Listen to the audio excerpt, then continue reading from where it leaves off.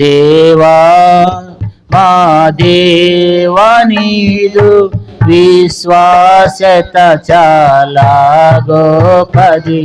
మా దేవా మా దేవా నీదు విశ్వాసత చాలా గొప్పది.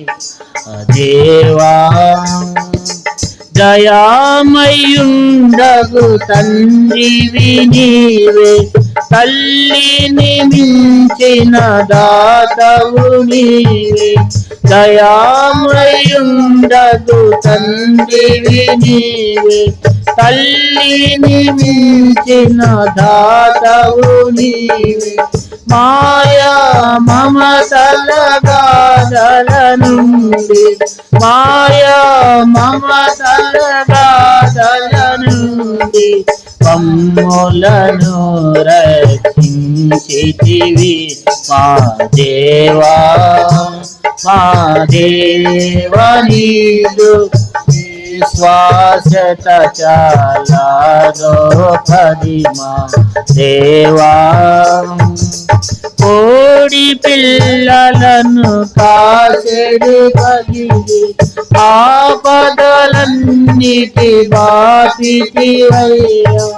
కోడి పిల్లలను కాచెడు పగిలి ఆపదలన్నిటి బాపితివయ్యా. సర్వకాలములందున నీకే, సర్వకాలములందున నీకే సకల సంస్తుతులకు నీకే. మా దేవా మా దేవా నీదు విశ్వాసత చాలా గొప్పది.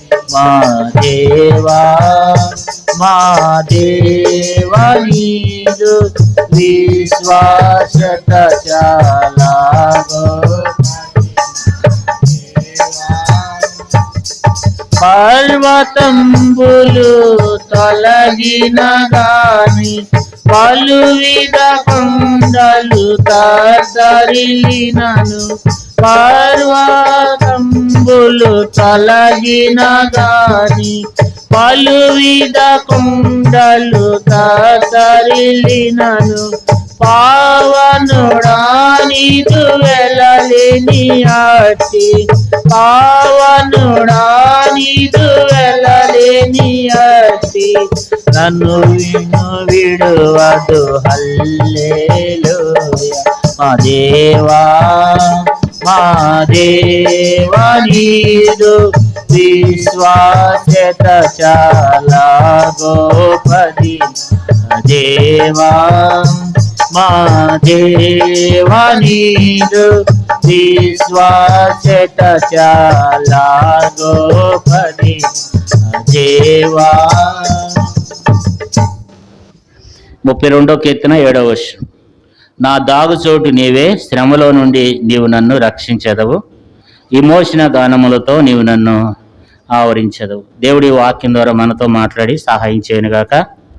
ఇక్కడ కీర్తనకారుడు దావీదు నా దాగుచోటు నీవే, శ్రమల్లో నుండి నువ్వు నన్ను రక్షించెదవు అని చెప్పి కీర్తనకారుడు దేవుణ్ణి ఎంతో ఆరాధిస్తున్నాడు. దావీదు తాను ఎక్కడున్నప్పటికీ ఏ ప్రాంతాల్లో తిరిగినప్పటికీ కూడా దావీదు దేవుని ఎంతో ఘనపరుస్తాడు, దేవుని మహింపరుస్తాడు. దావీదు అంటాడు నా దాగుచోటు నీవే అంటాడు. అంతేకాదు దేవుని వాక్యములు మనం చూసినట్లయితే మరి 3వ కీర్తనలో 5వ వచనములు అంటాడు యెహోవా నాకు ఆధారం అంటాడు. 18వ కీర్తన 1వ వచనములో యెహోవా నా బలం అంటాడు. 18వ కీర్తన 2వ వచనములో యెహోవా నా శైలం అంటాడు. 27వ కీర్తన 1వ వచనములో యెహోవా నాకు వెలుగు అంటాడు. 28వ కీర్తన 7వ వచనములో ఆయన నా ఆశ్రయం అంటాడు అనమాట. 94వ కీర్తన 22వ వచనములో నా ఎత్తైన కోట అంటాడు.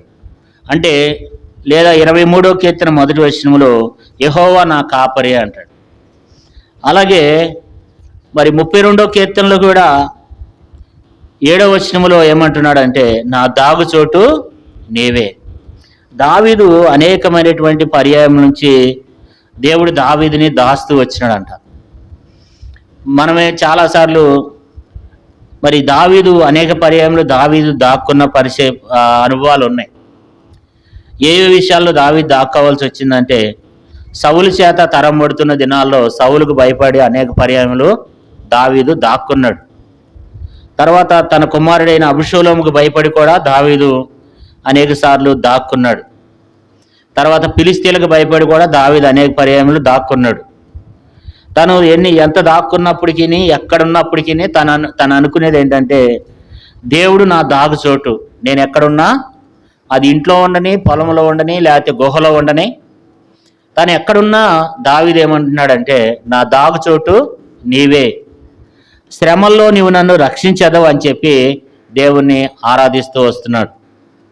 కాబట్టి నా దాగుచోటు నీవే అంటున్నాడు. ఇంకో చోట మనం చూస్తే 119వ కీర్తన 114వ వచనములు ఏమన్నాడంటే, 119వ కీర్తన 114వ వచనం, నాకు మరుగుచోటు నా కేడెమును నీవే. మనం ఇక్కడ చూస్తే నా మరుగుచోటు అంటే దేవునికి దావీదంట, ఆ దావీదికి దేవుడంట మరుగుచోటు అంట.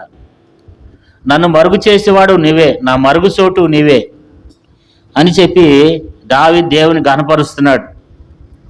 దేవుడిని అంటున్నాడు, దేవా నా మరుగుచోటు నీవే.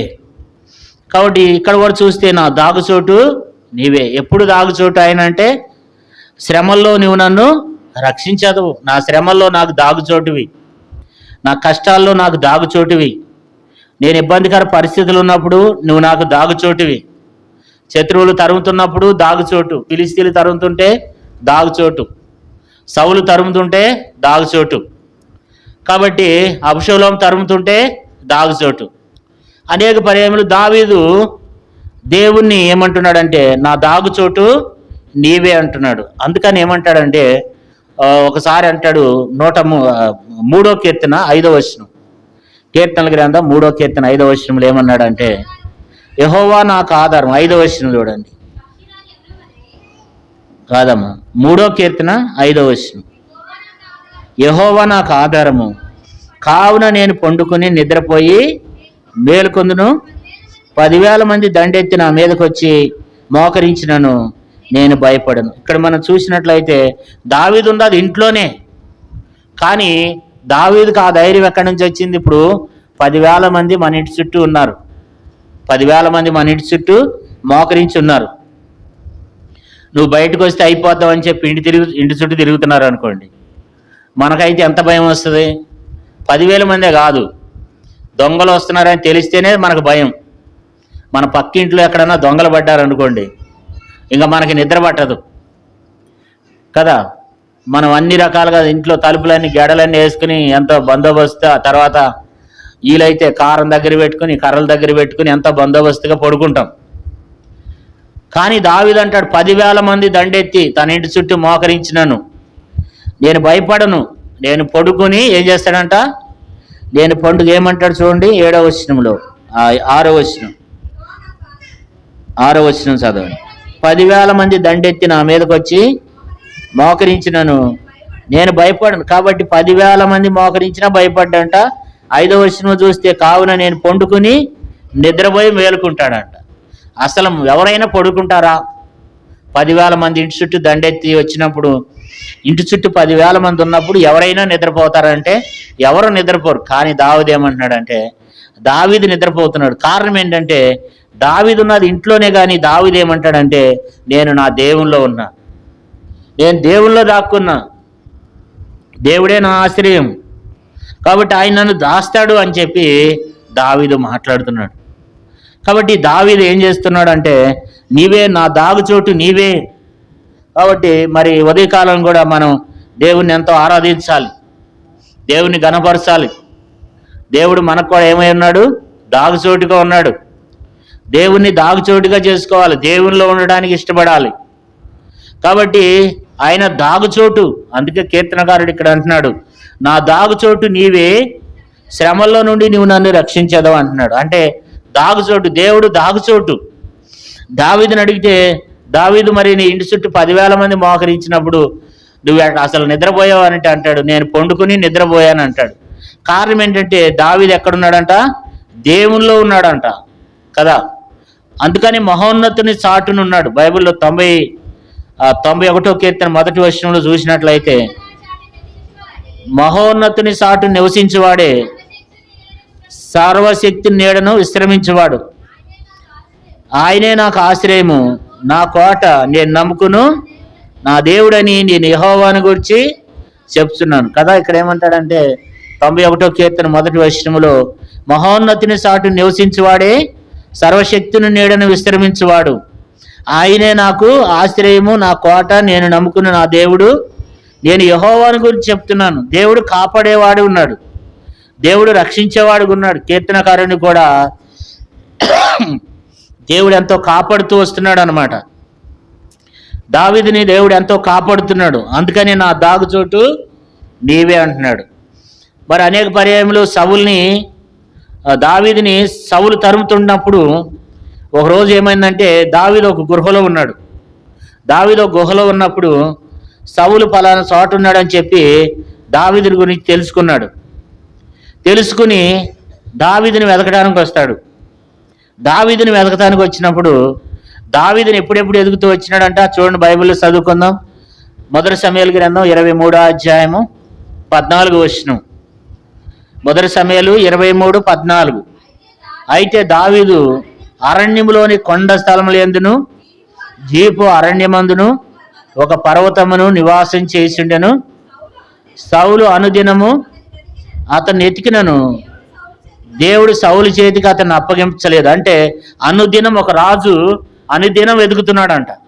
రోజు దావీదు పని. ఉదయం లేచిన కాడి నుంచి రాత్రి పండుకునేదాకా దావీదు ఎక్కడున్నాడు కనుక్కోవడం, దావీదుని వెతకటమే సౌలు పని. కాబట్టి దావీదుని ఆ రీతిగా ఎతికేవాడు అనమాట. అనుదినము దావీదుని వెంటాడేవాడు. కానీ దావీదు ఎక్కడున్నాడు? దావీదు దేవుల్లో ఉన్నాడు. అందుకని దేవుడు సౌలుకి దావీదుని ఏం చేయలేదంట అండి? అప్పగించలేదంట. దావీదుని దేవుడు సౌలుకి అప్పగించలేదంట. అందుకని దావీదు ఏమంటాడంటే, నా దాగుచోటు నీవే అంటున్నాడు. కాబట్టి మరి ఒక దినాన్ని వచ్చింది, దావీదుని విచారణ చేసి కనుక్కున్నాడు. ఎక్కడున్నాడు దావీదు అని వెతికి కనుక్కున్నప్పుడు దావీదు ఎక్కడున్నాడంట? దావీదు ఆ యొక్క మాయోను అరణ్యమందు ఉన్నాడంట, ఒక గుహలో. సౌలు వెతికి కనుక్కున్నాడంట. ఇదే అధ్యాయంలో చూడండి, 1 సమూయేలు 23వ అధ్యాయము 25వ వచనం చదవండి. సౌలును అతని జనులను తన్ను వెతుకుటకై బయలుదేరిన మాట దావీదు విని కొండ శిఖరమున దిగి మాయోను అరణ్యమందు నివాసం చేసింది. సౌలు అది విని మాయోను అరణ్యంలో దావీదుని తరంబోయింది. అయితే సౌలు పర్వతము ఈ తట్టునకును దావీదును అతని జనులు పర్వతమునకు ఆ తట్టునకును పోవుచుండగా దావీదు సౌలు దగ్గర నుండి తప్పించుకొని పోవాలనని త్వరపడుచుంటెను. సౌలును అతని జనులను దావీదుని అతని జనులను పట్టుకుని వలనని వారిని చుట్టుకుని ఉండేది. అంటే ఇట్లా మనం చూసినట్లయితే సౌలు జనాలు దావీదు జనులను చుట్టుకుని ఉన్నారట. దావీదుని దావీదు జనులను సౌలు జనులు ఏం చేస్తూ వచ్చినారట? చుట్టుకున్నారంట. చుట్టుకోవడం అంటే ఏంటి? చుట్టూ దావీదు జనుల చుట్టూ, దావీదు చుట్టూ వాళ్ళు చుట్టూ అలుముకుపోయినారు. వారు చుట్టుకున్నారు. ఎక్కడ చూసినా వాళ్ళే దావీదు శత్రువులే కనపడుతున్నారు. దావీదుని దావీదు జనులను ఏం చేస్తూ వచ్చినారంట వాళ్ళు? 26వ వచనం మరొకసారి చదువుకుందాం. అయితే సౌలు పర్వతము ఈ తట్టునకును దావీదును అతని జనులను పర్వతము ఆ తట్టునకు పోవుచుండగా దావీదు సౌలు దగ్గర నుండి తప్పించుకుని పోవాలనని త్వరపడుచుండెను. సౌలును అతని జనులను దావీదును అతని జనులను పట్టుకుని వలనని, కాబట్టి వారిని చుట్టుకుని ఉన్నారంట కదా. ఎటు వెళ్ళడానికి అవకాశం లేదు. సౌలు అనుకున్నాడు ఈసారితో దావీదు అయిపోతాడు అనుకున్నాడు. కానీ దేవుడు దావీదుని కాపాడుతూ వచ్చినాడు. 27వ వచనం చూడండి. ఇట్లుండగా దూత ఒకడు సౌలు వద్దకు వచ్చి, నువ్వు త్వరగా రమ్ము, ఫిలిష్తీయులు దండెత్తి వచ్చి దేశంలో చొరబడి ఉన్నారని చెప్పగా సౌలు దావీదుని తరుముట మాని వెనుకకు తిరిగి ఫిలిష్తీయులను ఎదుర్కొని పోయాను. మనం ఇక్కడ చూసినట్లయితే సౌలు చుట్టూ ఈసారి బందోబస్తు పెట్టేసి దావీదు జనులను హతం చేయాలనుకున్నాడు. ఇంకా దగ్గరకు వచ్చేసాడు, ఇక దావీదు దొరికే సమయం అది. కానీ ఇంతలోకి ఒకడు వచ్చి సౌలుతో చెప్తున్నాడు, సౌలా నువ్వు తొందర రావాలి, ఫిలిష్తీయులు దేశం మీదకి వచ్చారు, నువ్వు వెనక్కి తిరిగి రామన్నప్పుడు సౌలు అక్కడ దాకా వచ్చి కూడా ఏం చేస్తూ వచ్చినాడు అంటే మరలా వెనక్కి తిరిగి వెళ్ళిపోయినాడు. అంటే అలాంటి పర్యాయములు దావీదు ఎన్నో ఎదుర్కొన్నాడు అనమాట. పొలంలో దాక్కున్నాడు అనే మాట రాయబడింది. చూడండి 20వ అధ్యాయం 1 సమూయేలు 20:24 వచ్చిన చూడండి.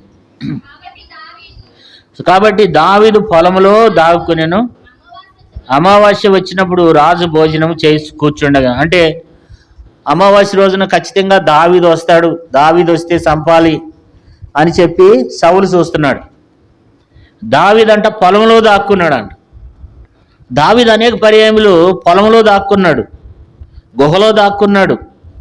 అలాంటి ఎన్ని పరిస్థితుల్లో ఎన్ని సందర్భాల్లో దాక్కున్నప్పుడు కూడా దావీదు భౌతికంగా కనపడేటువంటి ఆ గృహలో కాదు దావీదు ఉన్నది. దావీదు ఉన్నది ఎక్కడంటే దేవునిలో ఉన్నాడు. అందుకని దేవుడు దావీదు ఏమంటున్నాడంటే నా దాగుచోటు నీవే. పొలంలో దాక్కున్నాడు వాస్తవమే, గుహలో దాక్కున్నాడు వాస్తవమే, తర్వాత కొండల్లో దాక్కున్నాడు, చెట్లలో రకరకాల చోట తను దాక్కున్న పరిస్థితి వచ్చినప్పటికీ దేవుడు తనకు కాపుదల భద్రతగా ఉన్నాడు. దేవుడు తనను దాస్తూ వచ్చినాడు, దేవుడు తనను కాపాడుతూ వచ్చినాడు. కనుక దావీదు ఏం చేయబడుతూ వచ్చినాడు అంటే దాసపడుతూ వచ్చినాడు. మనం గమనించండి, ఒక ముఖ్యమంత్రి మనల్ని తరుముతున్నాడు అనుకోండి, మనం ఒక సాధారణమైనటువంటి మనుషులం. లేకపోతే ఒక ప్రధానమంత్రి అనుకుందాం, మనల్ని తరుముతున్నాడు అనుకోండి, మనం ఈజీగా దొరికిపోతాం. కారణం ఏంటంటే దావీదుకు కూడా అలాంటి పరిస్థితి. ఆ దేశపు లక్షల మందిని పరిపాలించేటువంటి ఒక రాజు దావీదుని తరుగుతున్నాడు, అనుదినం తరుగుతున్నాడు. అయినప్పుడు కూడా దావీదుని దేవుడు దాసాడు. దావీదుని దేవుడు తన రెక్కల కింద దాస్తూ వచ్చినాడు. కాబట్టి దావీదు దాసపడుతూ వచ్చినాడు. దావీదుని దేవుడు దాసినట్లుగా దేవుని వాక్యంలో రాయబడుతూ వచ్చింది. అనేక పర్యాయములు దావీదు దాగినటువంటి పరిస్థితులు దేవుని వాక్యంలో 20వ కీర్తన 5వ వచనంలో కూడా రాయబడింది. అంటే దావీదు అనేక పర్యాయంలో ఏం చేస్తూ వచ్చినాడంటే దేవుని బిడ్డలారా, దావీదు దాక్కోవాల్సినటువంటి పరిస్థితి వచ్చింది. అయితే వాటన్నిటి నుంచి దేవుడు తనను కాపాడుతూ వచ్చినాడు. దేవుడు దావీదుని ఎంతగానో కాపాడి తన రెక్కలతో కప్పి దేవుడు భద్రపరుస్తూ వచ్చినాడు. ఒక సందర్భంలో అంటాడు, 60వ కీర్తన చూడండి, చదువుకుందాం. 61వ కీర్తన 4వ వచనం చదవండి. 61:4 యుగ యుగములు నేను నీ గుడారంలో నివసించదును, నీ రెక్కల చాటున దాక్కుందును. అంటే దావీదు యుగ యుగములు, ఒకరోజు కాదు, 2 రోజులు కాదు, యుగ యుగములు నేను నీ గుడారంలో నివసించదును, నీ రెక్కల చాటున దాగుకుందును అంటున్నాడు కదా. యుగ యుగములు, ఒకరోజు కాదు, 2 రోజులు కాదు, దేవుడు దావీదుని దాసేవాడిగా ఉన్నాడు. ఎక్కడున్నాడు దావీదు అంటే దేవుని యొక్క రెక్కల కింద ఉన్నాడు. దేవుని యొక్క రెక్కల కింద సురక్షితంగా ఉన్నాడు. యుగ యుగములు అంట, ఒకరోజు కాదు, 2 రోజులు కాదు, లేకపోతే కొన్ని రోజులు కాదు. దేవా యుగ యుగములు నేను నీ రెక్కల కింద దాగుకుందును. దేవుని యొక్క రెక్కల కింద దావీదు దాసబడినవాడు ఉన్నాడు. దేవుని యొక్క పర్ణశాలలో దాసబడినవాడై ఉన్నాడు. 27వ కీర్తనల గ్రంథం 27వ కీర్తన 5వ వచనం చదవండి. ఆపత్కాలమున ఆయన తన పర్ణశాలలో నన్ను దాసును, తన గుడారపు మాటున నన్ను దాసును, ఆశ్రయ దుర్గం మీద ఆయన నన్ను ఎక్కించును.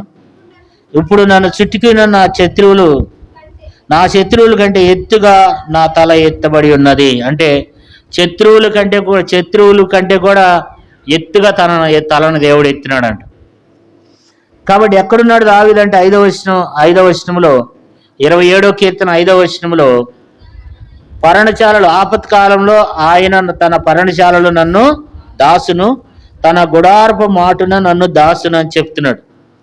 దావీదు ఈ రీతిగా దేవుని వాక్యంలో మనం చదువుకుంటూ వెళ్ళినట్లయితే దావీదు దేవుని కింద ఎంతో దాసబడి ఉన్నాడు, దేవునిలో దాసబడి ఉన్నాడు. అందుకని మరి 32వ కీర్తన 7వ వచనంలో రాయబడింది ఏంటంటే నా దాగుచోటు నీవే, శ్రమల్లో నీవు నన్ను రక్షించదు. దేవుడు దావీదుకి దాగుచోటుగా ఉన్నాడంట. ఇంతవరకు కూడా మన విషయంలో కూడా మనం ఇంతవరకు కూడా కాపాడబడుతున్నామంటే దేవుడు తన రెక్కల కింద మనల్ని దాస్తూ వచ్చినాడు. దేవుడు మనకు దాగుచోటుగా ఉంటున్నాడు. ఆయన మనకు కేడెముగా ఉంటున్నాడు, మన కొండగా, మన కోటగా ఉంటున్నాడు.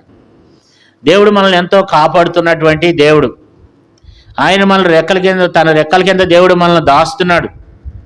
అందుకనే దావీదు ఏమంటాడంటే, ఇందా మనం చదువుకున్న 119వ కీర్తన 114లో ఏం రాయబడిందంటే, నా దాగుచోటు, నా యొక్క మరుగుచోటు నీవే. 119వ కీర్తన 114వ వచనంలో ఏమంటున్నాడంటే, నా మరుగుచోటు, నా కేడెమును నీవే. కేడెం అంటే ఏంటి? ఎవరైనా కత్తులు వేస్తున్నారు అనుకోండి, లేకపోతే ఎవరన్నా రాళ్లతో కొడుతున్నారు అనుకోండి, ఇట్లా దాన్ని ఇట్లా పట్టుకోవటం. దేవుడు కూడా దావీదుకి కేడెముగా ఉన్నాడంట, దాగుచోటుగా ఉన్నాడంట, రక్షిస్తున్నాడు కదా.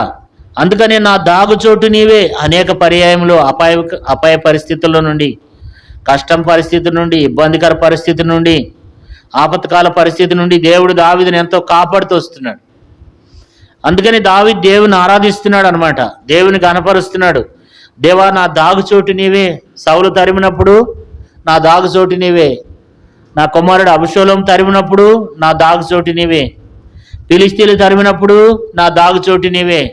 ప్రతి ఇబ్బందికర పరిస్థితి నుండి కూడా దేవుడు దావీదుకి ఎంతగానో దాగుచోటుగా ఉన్నట్లుగా దేవుని వాక్యంలో రాయబడుతొచ్చి.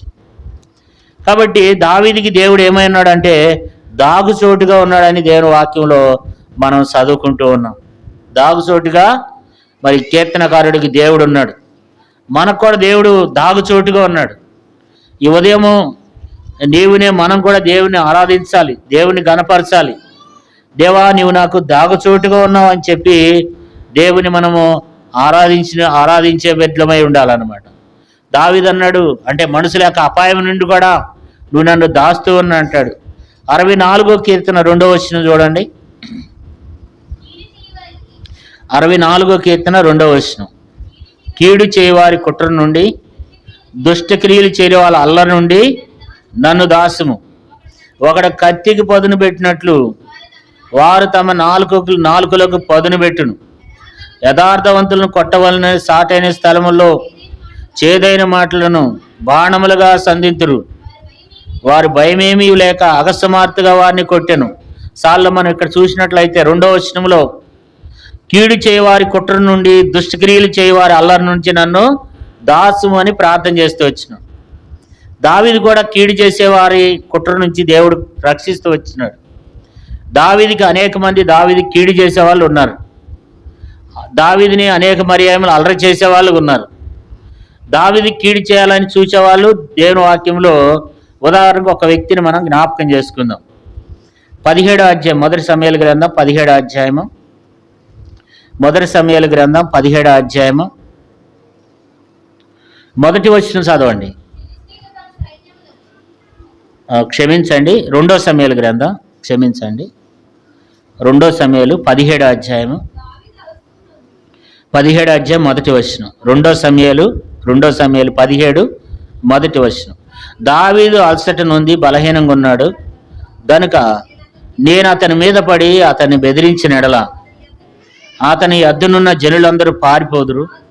రాజును మాత్రం హతం చేసి జనులందరూ నీ తట్టును తిప్పేదను. నువ్వు వెతుకు మనిషిని నువ్వు పట్టుకొనగా జనులందరూ వచ్చి నీతో సమాధాన పడదు. గనుక నీ చిత్తమైతే నేను 12,000 మందిని ఏర్పరచుకుని పోయి ఈ రాత్రి దావీదుని తరింపట్టుకుందునని అహుతోపేలు అబషలోముతో చెప్పాను. ఈ బోధ అబషలోమునకును ఇశ్రాయేలు వారి పెద్దలందరికీ యుక్తముగా కనపడింది. ఇక్కడ అబషలోము ఏం చెప్తున్నాడంటే, అహుతోపేలు ఏం చెప్తున్నాడంటే, అబషలోముకి, దావీదు కుమారుడైన అబషలోముకి అహుతోపేలు ఏం చెప్తున్నాడంటే, దావీదు ఇప్పుడు అలసటగా ఉన్నాడు, దావీదు ఇప్పుడు కష్టాల్లో ఉన్నాడు, దావీదు అలసటగా బలహీనంగా ఉన్నాడు గనుక అబషలోముకి సలహా ఇస్తున్నాడు, కుట్ర చేస్తున్నాడు దావీదు మీద అహుతోపేలు. ఏమని కుట్ర చేస్తూ వచ్చినాడంటే, నేను అతని మీద పడి అతనిని బెదిరించిన ఎడల అతని ఎదురున్న జనులందరూ పారిపోతారు. రాజును మాత్రము హతం చేసి జనులందరినీ నీ తట్టు తిప్పేదను. నువ్వు వెతుకు మనుషుల్ని నేను పట్టుకొనగా జనులందరూ వచ్చి నీతో సమాధాన పడదురు. గనుక నీ చిత్తమైతే నేను 12,000 మందిని ఏర్పరచుకుని పోయి ఈ రాత్రి దావీదుని తరింపట్టుకుందునని అహుతోపేలు అబషలోముతో చెప్పగా. ఎలాంటి భయంకరమైన కుట్ర అంటే ఇది, దావీదు బలహీనంగా అలసటగా దావీదు ఉన్నప్పుడు నేను వెళ్ళి దావీదుని బెదిరించి జనులందరినీ 12,000 మందిని తీసుకుని వెళ్ళి, దావీదు నువ్వు వెతుకుతున్నటువంటి మనిషిని నీకు దొరికేటట్లు చేస్తాను, ఈ రాత్రి అతను తరిం పట్టుకోవచ్చు అని చెప్పి అబషలోము చేసినటువంటి కుట్ర. అందుకని కీర్తనకారుడు ఏమంటాడంటే, కుట్ర చేయవారి కుట్ర నుంచి నన్ను తప్పించమని ప్రార్థన చేశాడు. చూడండి, ఆ మాట చదువుకుందాం మరొకసారి. 64 కీర్తన 2వ వచనం. కీడు చేయవారి కుట్ర నుండి, దుష్టక్రియలు చేయవారు అల్లరి నుండి నన్ను దాసు. ప్రార్థన చేశాడు. కొన్ని సందర్భాల్లో దావీదు ప్రార్థన చేశాడు, దేవా కీడు చేయవారి నుండి, అల్లరి చేయవారి నుంచి నన్ను తప్పించమని దావీదు ప్రార్థన చేస్తూ వచ్చినాడు. ఈ అహుతోపేలు ఎలాంటి వాడు అంటే, ఆ రోజుల్లో అహుతోపేలు ఆలోచన ఎట్లుండేదంటే బహుభయంకరంగా ఉండేది. చూడండి, 2వ సమూయేలు గ్రంథం 16వ అధ్యాయము, 2వ సమూయేలు గ్రంథం 16వ అధ్యాయము 23వ వచనం. ఆ దినముల్లో అహుతోపేలు చెప్పిన ఏ ఆలోచన అయినను ఒకడు దేవుని యొద్ద విచారణ చేసి పొందిన ఆలోచన అయినట్టుగా ఉండేది. దావీదు అబషలోమును దాన్ని అట్లే యోచించుండు. అంటే అహుతోపేలు చెప్పే ఆలోచన ఎట్లా ఉంటాయి అంటే, సాక్షాత్తు దేవుని యొద్ద నుండే తీసుకొచ్చి చెప్పినట్లు ఉంటాయి అన్నమాట. దావీదు చెప్పే అహుతోపేలు చెప్పే ఆలోచనలు ఎట్లా ఉంటాయి అంటే, సాక్షాత్తు దేవుని యొద్ద నుండి తీసుకొచ్చి చెప్పే మాటలాగా ఉంటాయి అన్నమాట. ఎదుటి మనిషిని తనకి ఎచ్చేసాడంటే దాని నుంచి తప్పించుకోవడం చాలా కష్టం అన్నమాట. అలాంటి భయంకరమైనటువంటి కుట్రదారుడు అహుతోపేలు. అలాంటి భయంకరమైనటువంటి కుట్ర నుంచి తప్పించమని కూడా దావీదు ప్రార్థన చేసిన సందర్భాలు అనేకమనే ఉన్నాయి. ఇలాంటి భయంకరమైనటువంటి వ్యక్తుల నుంచి కూడా దేవుడు దావీదుని కాపాడుతూ వచ్చినాడు. అందుకని దావీదుని దేవుడు రక్షిస్తూ వచ్చినాడు కనుక దావీదు ఇప్పుడు దేవుని ఆరాధిస్తున్నాడు. ఏమంటున్నాడు అంటే, నా దాగుచోటు నీవే దేవా, నువ్వు నాకు దాగుచోటుగా ఉన్నావు, నన్ను కాపాడుతూ వచ్చినావు, నా దాగుచోటు నీవే నా ప్రతి పరిస్థితి యందు. అంటే దావీదు దేవుని మీద ఎంతో ఆధారపడుతున్నాడు అనమాట. దేవుని ఎంతో ఘనపరుస్తున్నాడు దావీదు. అహుతోపేల ఆలోచనలు విషయాన్ని చూసినప్పుడు దావీదు ఎంత భయపడ్డాడో, కానీ మరి దేవుని మీద ఆధారపడ్డాడు. అబషలోము తీసుకొస్తున్నటువంటి అనేక మంది ప్రజలను దావీదు మీదకి తీసుకుని వస్తున్నప్పుడు కాళ్ళకు చెప్పులు లేకుండా నెత్తి మీద ముసుకేసుకుని పారిపోతూ రావాల్సిన పరిస్థితి వచ్చిన సందర్భాల్లో కూడా దావీదుని దేవుడు ఎంతో కాపాడుతూ వచ్చినాడు. కాబట్టి దావీదు ఇవన్నిటిని తన దృష్టిలో పెట్టుకుని దావీదు ఏమంటున్నాడంటే, దేవా నా దాగుచోటు నీవే కదా. మనడలు కూడా కదా, మనం చాలాసార్లు అనుకోవచ్చు, నేను బాగా చదువుకున్నాను అంటే అది నా జ్ఞానం అని అనుకోవచ్చు. ఏమన్నా ఉందంటే దేవుడు మనకి ఇచ్చింది అనుకోవాలి. మనకు దేవుడు ఏదైనా టాలెంట్ ఇచ్చిండు అనుకో, ఆ టాలెంట్ దేవుడు ఇచ్చింది అనుకోవాలి. దేవుడు ఒక మంచి ఉద్యోగం ఇచ్చిండు అనుకో, అది దేవుడి నుంచి వచ్చింది అనుకోవాలి. దేవుడు ఒక మంచి ఇల్లు ఇచ్చాడు అనుకోండి, అది దేవుడు ఇచ్చాడు అనుకోవాలా. నా బలం తర్వాత నేను కట్టుకున్నా, నా జ్ఞానం చేత నేను సంపాదించుకున్నా అనేది కాదు. ఈ దినం వరకు మనం కాపాడబడుతున్నాం అంటే అది దేవుని అనుకోవాలా. దేవుడు నన్ను కాపాడుతూ వచ్చినాడు. అనేక మంది మనకంటే గనులైన వారు, అనేక మంది మనకంటే తెలివైన వారు, ధనవంతులు ఎంతోమంది కాలగర్భంలో గడిచిపోయినారు. దేవుడి దినాన్ని మనల్ని కాపాడుతూ వస్తున్నాడు కీడు చేయవారి కుట్ర నుంచి, మరి అనేకమైనటువంటి అపాయకరమైన పరిస్థితుల నుండి దేవుడు దావీదుని రక్షిస్తూ వచ్చినాడు. మనల్ని కూడా దేవుడు అనేక పర్యాయం దేవుడు మనల్ని కాపాడుతూ ఉన్నాడు. దావీదుని చుట్టుకున్నారంట. అలాంటి పరిస్థితుల్లో కూడా దావీదు ఎంతగానో కాపాడబడుతూ దేవుని ఆరాధిస్తున్నాడు, దేవుని గణపరుస్తున్నాడు. దేవా నా దాగుచోటు నీవే అని చెప్పి దేవుని ఆరాధిస్తూ వస్తున్నాడు. ఈ ఉదయకాల సమయంలో కూడా 32వ కీర్తన 7వ వచనంలో దావీదు మాట్లాడేది ఏంటంటే, నా దాగుచోటు నీవే, శ్రమల్లో నీవు నన్ను రక్షించదు. కాబట్టి దేవుడు మనకు కూడా ఏమై ఉన్నాడంటే, దేవుని బిడ్డలారా, ఆయన మనకు దాగుచోటు అయి ఉన్నాడు అనే విషయాన్ని దేవుడు మరొకసారి మనకు జ్ఞాపకం చేస్తున్నాడు. ఈ ఉదయకాలం దేవుని మనం ఆరాధన చేయాలి, దేవుని మనం గణపరచాలి. దేవా నువ్వు నాకు దాగుచోటుగా ఉన్నావు, నా శ్రమల్లో, నా బాధల్లో, నా ఇబ్బందికరమైన పరిస్థితుల్లో, దుష్టుడు తీసుకొస్తున్నటువంటి అపాయకరమైన పరిస్థితుల నుండి, సాతానుడు తీసుకొస్తున్నటువంటి అపాయకరమైన పరిస్థితి నుండి, శత్రు యొక్క కార్యముల నుంచి నువ్వు నన్ను రక్షిస్తూ దేవా నాకు దాగుచోటుగా ఉన్నావు అని చెప్పి దేవుని మనం ఆరాధించాలి. అది చిన్నవాళ్లే కానీ, పెద్దవాళ్లే కానీ, యవనులే కానీ, వృద్ధులే కానీ, పిల్లలే కానీ, ప్రతి ఒక్కరు దేవుణ్ణి ఏం చేయాలంటే ఆరాధించాలి. ఎందుకంటే ప్రతి ఒక్కరికి దేవుడు ఏమై ఉన్నాడు? దాగుచోటు అయి ఉన్నాడు. ఈ ఉదయకాలం దేవుణ్ణి మనం ఆరాధించాలి. దేవా, నువ్వు నాకు దాగుచోటుగా ఉన్నావు, దావీదుకి దాగుచోటుగా ఉన్నావు, నాకు కూడా దాగుచోటుగా ఉన్నావు. అనేకమైనటువంటి మరణాపాయ పరిస్థితుల నుంచి నువ్వు నన్ను తప్పిస్తూ వచ్చినావు, నాకు ఎంతగానో నువ్వు దాగుచోటుగా ఉన్నావు అని చెప్పి దేవుని మనం ఏం చేయాలంటే మనం దేవుణ్ణి ఆరాధన చేయాలి.